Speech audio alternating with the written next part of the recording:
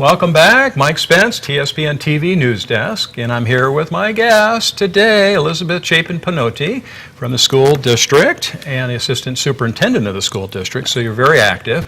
And we've been talking about some of the details with what's going on in the new school year and the curriculum. And, I think a big part of the school district is the budget. And, we've had all these budget cuts over the last few years, and I know there's a committee that's working on how we're going to go forward.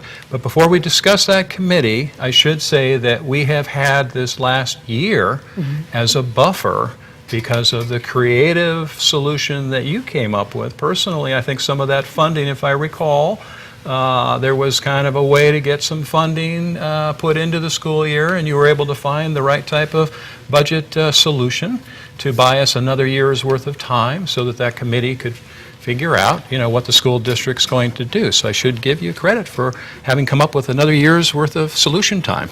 Well, thank you. It's actually because we are a county office and a school district. So we're essentially two entities. And if we maximize our county office-ness, and we were sort of able to expand our opportunity program, which is a county office program for students who maybe need extra help in the classroom. So we were able to figure out a way to blend the program, the county program, with the district program, and really start thinking about ourselves as two entities and create programs in both entities like the larger county offices do in order to maximize the dollars that we have, and hopefully it'll be great with instruction, because we had an opportunity program at Ione Junior High and Ione Jackson Junior High. We've had it for years, and recently with starting to blend the programs and increasing it, we've actually increased student scores, increased accountabilities, looked at students longitudinally. We've actually increased graduation rates. So it's a great program. Not only have we figured out a way to maximize it and expand it to buy a little extra time, but to really benefit kids too. With an additional teacher and just different programs, and it just worked out really well. Exactly. I like to dwell on the positives. Exactly, I agree. I agree. You hear nothing about the negativity and the potential of merging two high schools together, and what that committee is going to decide, and how many committee members now, 30 or something, or quite a few. Like 3 from each site. Yeah, working on the whole solutions-oriented proposal that will be coming up probably within the next few months. And there are a lot of questions and a lot of loyalties to this school or that school. But you have to think of what's best for the county, what's best for the students in any solution. And I'm sure they'll come up with some good proposals. That committee, I'm sure, has been meeting around the clock. They've been meeting regularly, and they're charged with maximizing our facilities and looking at options that would create the best possible educational environment with the facilities we have, with the dollars that we get in a declining enrollment environment. And the bottom line is, yes, we all have our prejudices, this school, that school, or even configuration, or what's easier to get students to and from school as a parent. The bottom line is everyone on the committee, and I would venture to say everyone in the community, really values education and values our students. So I'm thinking that they'll come up with some great viable solutions. And the school board too is excellent. And you have a number of different, aspects to the budget, and a lot of programs like the AP classes that have been cut.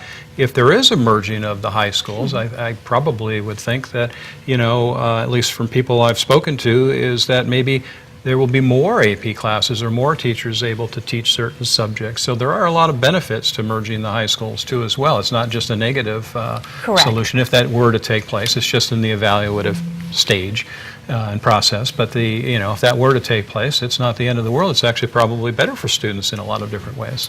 Well, and not only now, and I am happy with it the way it is. I would be fine if it merged. It's how can we provide the best for our students? Right. I'm almost opinionless growing up here as what we should do about how it should be structured, because the bottom line is kids are going to come to school and we're going to provide the best with what we have.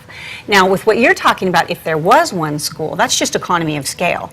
If I have 1,000 students, it's easier for me to find 25 students that would want to do an auto shop, that would want to do an AP microeconomics, that would want to do anything. So at the vocational end, at the at-risk end where you need intervention, and at the AP end, that's 3 ends.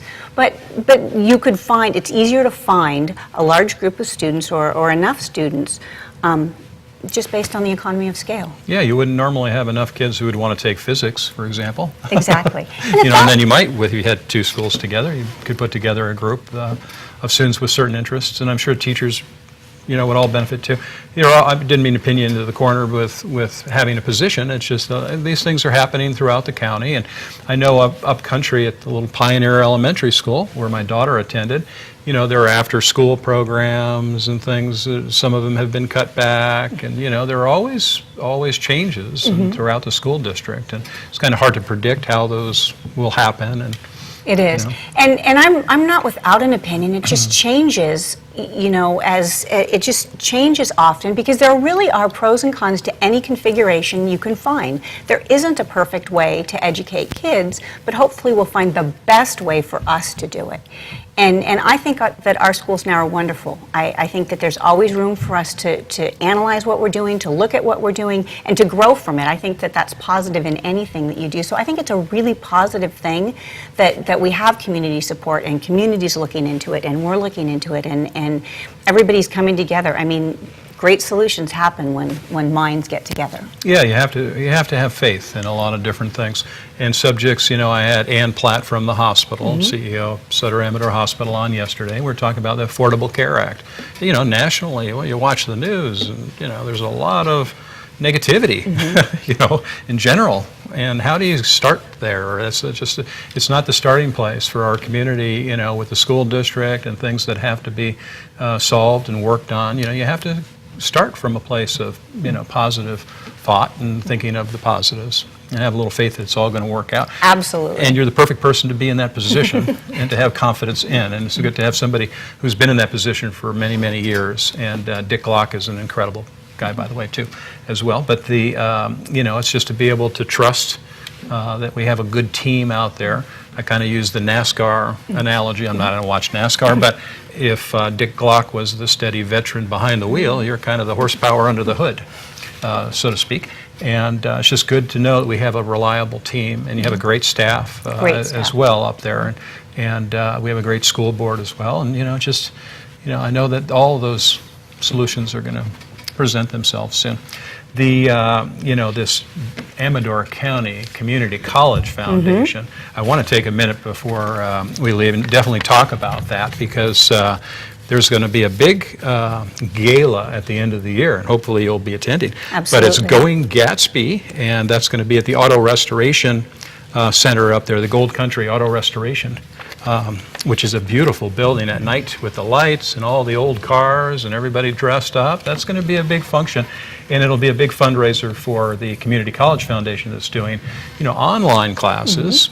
And, that online thing really is a sustainable model going into the future. Obviously, with budget cuts in our regular schools, we don't have the money to build a junior college. Absolutely. So, this online model is really the right thing, for the right place, the right time. Absolutely. And I think we have over 40 students now. And that's wonderful. Are out there getting junior college credits, and they're not having to go off to Sacramento and to these other junior college areas. They can do it right here and staying in Jackson, because a lot of kids don't move on. It's hard economically to kind of leave town and go somewhere else to get those college credits, and they're able to do that, right here locally. I can't think of anything more important than that. Exactly. They're able to live at home, they're able to work, and they're able to go to school. And for some of those kids, it's not, school hasn't been an option. And so it's an amazing thing that they have the new learning center over at the Health Services building up and running. And it's full-on college credits. Absolutely. I mean, we're not talking about little Mickey Mouse classes. We're, solid classes, and we have 20 laptop computers. I mean, it's pretty high tech. There's a teleconferencing capability over there now at the new transportation center, kind of tying that in. I know you're taking an online class of your own. I am. At Stanford, through Stanford? Yes. How exciting. It's very exciting. It's a how to teach math, and so it's a class for teachers, but it's a great class, and I love the online format.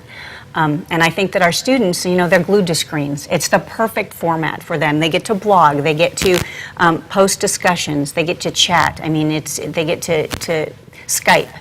It's wonderful. Right, the whole technology thing. Absolutely. Is just, and Stanford, by the way, is one of my wife. I carried my wife's books. I won't tell you how old she was, but she was taking our daughter to classes. She went on, just degree after degree after degree. There's no stopping with her. That would be me as well. So Yeah, I get that. So, I mean, I was carrying her books, and I could barely walk through the campus.